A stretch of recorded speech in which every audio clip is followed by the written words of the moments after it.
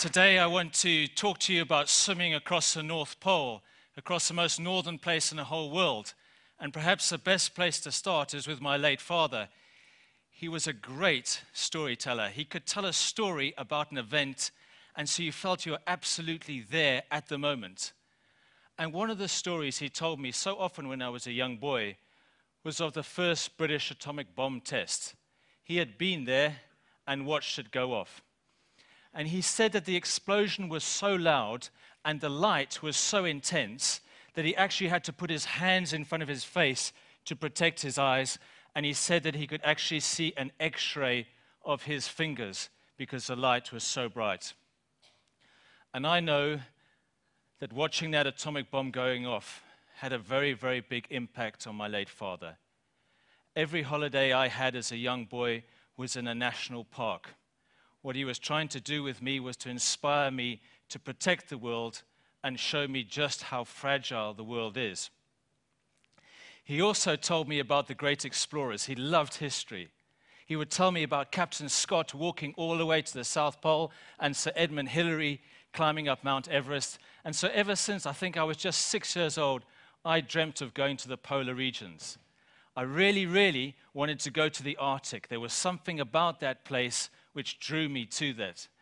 And, well, sometimes it takes a long time for a dream to come true. But 7 years ago, I went to the Arctic for the first time. And it was so beautiful that I've been back there ever since for the last 7 years. I love the place.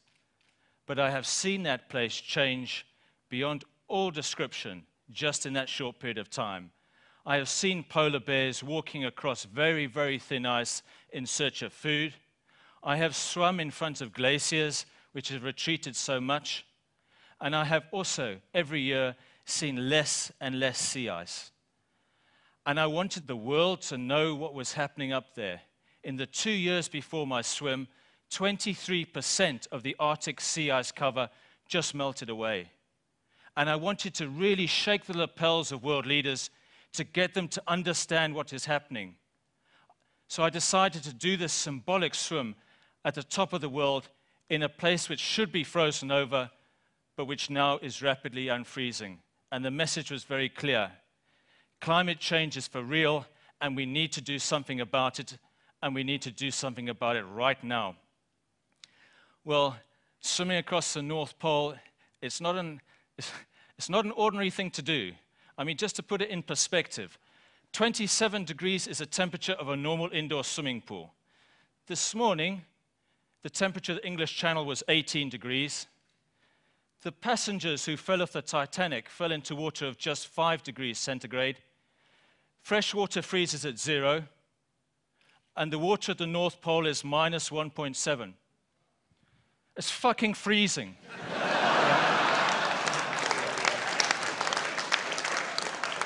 I'm sorry, but there's no other way to describe it. And so I had to assemble an incredible team around me to help me with this task. I assembled this team of 29 people from 10 nations. Some people think that swimming is a very solo sport. You just dive into the sea and off you go. It couldn't be further from the truth for me. And I then went and did a huge amount of training, swimming in icy water backwards and forwards. But the most important thing was to train my mind, to prepare myself for what was going to happen. And I had to visualize the swim. I had to see it from the beginning all the way to the end. I had to taste the salt water in my mouth. I had to see my coach screaming for me, "Come on, Lewis, come on, go, go, go, don't slow down." And so I literally swam across the North Pole hundreds and hundreds of times in my mind. And then after a year of training, I felt ready. I felt confident that I could actually do this swim. So myself and the 5 members of the team, we hitched a ride on an icebreaker which was going to the North Pole.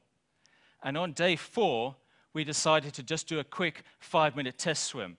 I had never swum in water of minus 1.7 degrees before, because it's just impossible to train in those type of conditions. So we stopped the ship, as you do. We all got down onto the ice, and I then got into my swimming costume, and I dived into the sea. I have never in my life felt anything like that moment.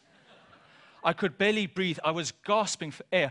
I was hyperventilating so much. And within seconds, my hands were numb. And the paradox is that you're in freezing cold water, but actually you're on fire. I swam as hard as I could for 5 minutes. I remember just trying to get out of the water. I climbed out of the ice. And I remember taking the goggles off my face and looking down at my hands in sheer shock, because my fingers had swollen so much that they were like sausages. And they were swollen so much I couldn't even close them. What had happened is that we are made partially of water. And when water freezes, it expands. And so what had actually happened is that the cells in my fingers had frozen and expanded, and they had burst. And I was in so much agony. I immediately got rushed onto the ship and into a hot shower. And I remember standing underneath the hot shower and trying to defrost my fingers. And I thought, in 2 days' time, I was going to do this swim across the North Pole. I was going to try and do a 20-minute swim for 1 kilometer across the North Pole. And this dream, which I had had ever since I was a young boy with my father, was just going out the window. There is no possibility that this was going to happen. And I remember then getting out of the shower and realizing I couldn't even feel my hands. And for a swimmer, you need to feel your hands, because you need to be able to grab the water and pull it through with you. The next morning I woke up and I was in such a state of depression. And all I could think about was Sir Ranulph Fiennes. For those of you who don't know him, he's a great British explorer. A number of years ago, he tried to ski all the way to the North Pole. He accidentally fell through the ice into the sea, and after just 3 minutes in that water, he was able to get himself out, and his hands were so badly frostbitten that he had to return to England. He went to the local hospital, and there they said, Ran, that there is no possibility of us being able to save these fingers. We are going to actually have to take them off. And Ran decided to go into his tool shed and take out a saw and do it himself. And all I could think of was, right, if that happened to Ran after 3 minutes, and I can't feel my hands after 5 minutes, what on earth is going to happen if I try 20 minutes? At the very best, I'm going to end up losing some fingers, and at worst, I didn't even want to think about it. We carried on sailing through the ice packs towards the North Pole, and my close friend David, he saw the way I was thinking, and he came up to me and he said, Lewis, I've known you since you were 18 years old. I've known you, and I know, Lewis, deep down, right deep down here, that you are going to make this swim. I so believe in you, Lewis. I've seen the way you've been training, and I realize the reason why you're going to do this. This is such an important swim. We stand at a very, very important moment in its history, and you're going to make a symbolic swim here to try and shake the lapels of world leaders. Lewis, have the courage to go in there, because we are going to look after you every moment of it. And I got so much confidence from him saying that, because he knew me so well. So we carried on sailing, and we arrived at the North Pole, and we stopped the ship, and it was just as the scientists had predicted. There were open patches of sea everywhere. And I went down into my cabin, and I put on my swimming costume, and then the doctor strapped on a chest monitor which measures my core body temperature and my heart rate. And then we walked out onto the ice. And I remember looking into the ice, and there were big chunks of white ice in there, and the water was completely black. I have never seen black water before, and it is 4,200 meters deep. And I said to myself, Lewis, don't look left, don't look right, just scuttle forward and go for it. And so I now want to show you a short video of what happened there on the ice.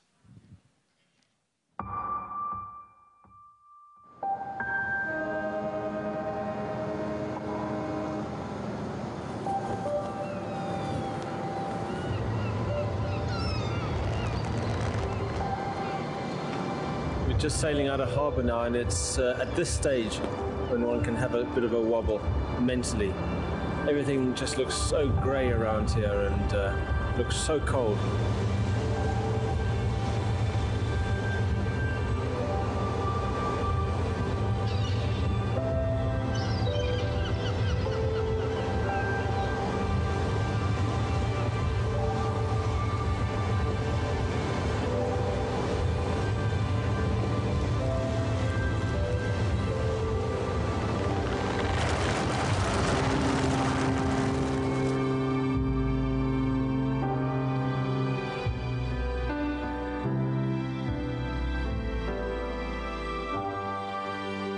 Just seen our first polar bear. It was absolutely magical. A mother and a cub. Such a beautiful sight. And to think that in 30, 40 years they could become extinct.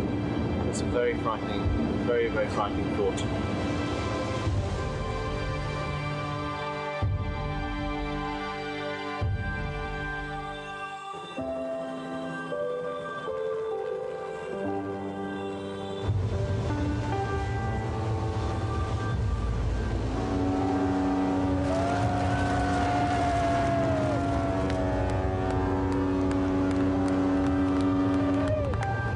We're finally at the North Pole. This is months and months and months of dreaming to get here, and years of training and planning and preparation, and in a couple of hours time I'm going to get in here and do my swim. It's all a little bit frightening, but and emotional.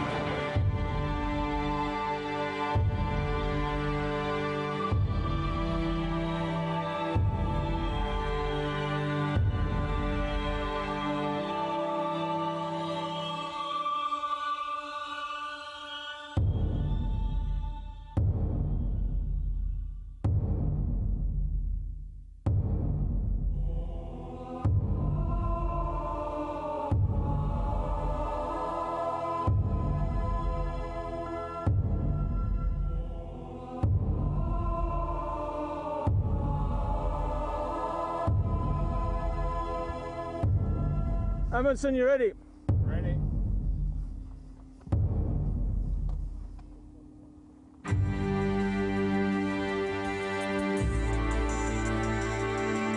Ten seconds to swim. 10 seconds to swim.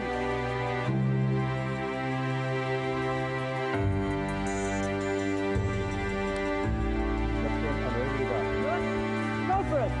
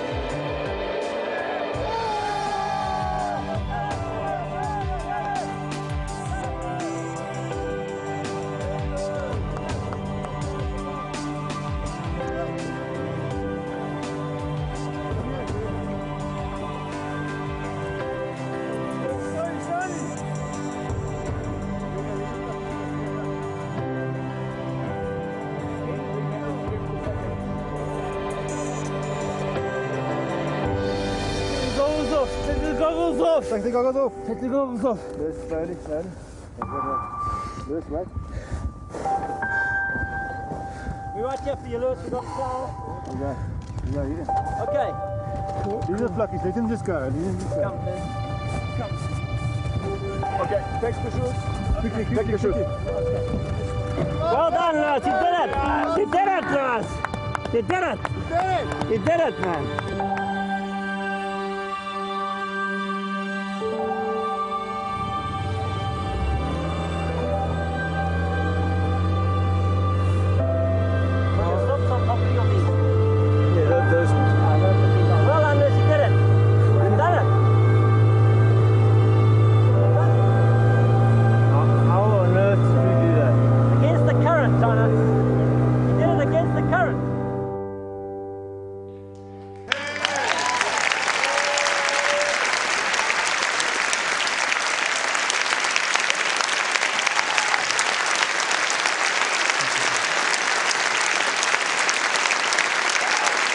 Thank you very much. Thank you very much.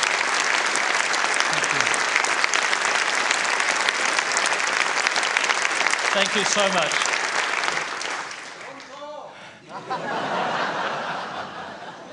I'd just like to end off by just saying this. It took me 4 months again to feel my hands, but was it worth it? Yes, absolutely it was. There are very, very few people who don't know now about what is happening in the Arctic. And people ask me, Lewis, what can we do about climate change? And I say to them, I think we need to do 3 things. The first thing we need to do is we need to break this problem down into manageable chunks. You saw during that video all those flags. Those flags represented the countries from which my team came from. And equally, when it comes to climate change, every single country is going to have to make cuts. Britain, America, Japan, South Africa, the Congo, all of us together, we're all on the same ship together. The second thing we need to do is we need to just look back at how far we have come in such a short period of time. I remember just a few years ago speaking about climate change and people heckling me in the back and saying it doesn't even exist. I've just come back from giving a series of speeches in some of the poorest townships in South Africa to young children as young as 10 years old. 4 or 5 children sitting behind a desk, and even in those poorest conditions, they all have a very, very good grasp of climate change. We need to believe in ourselves. Now's the time to believe. We've come a long way. We're doing good. But the most important thing we must do is, I think, we must all walk to the end of our lives and turn around and